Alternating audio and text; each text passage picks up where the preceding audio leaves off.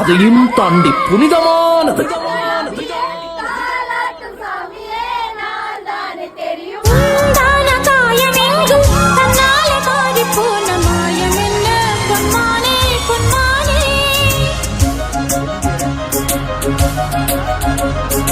என்ன காயமான போதும் என் மேனி தாங்கிக் கொள்ளும் உந்தன் மேனி தாங்காது செந்தேனே.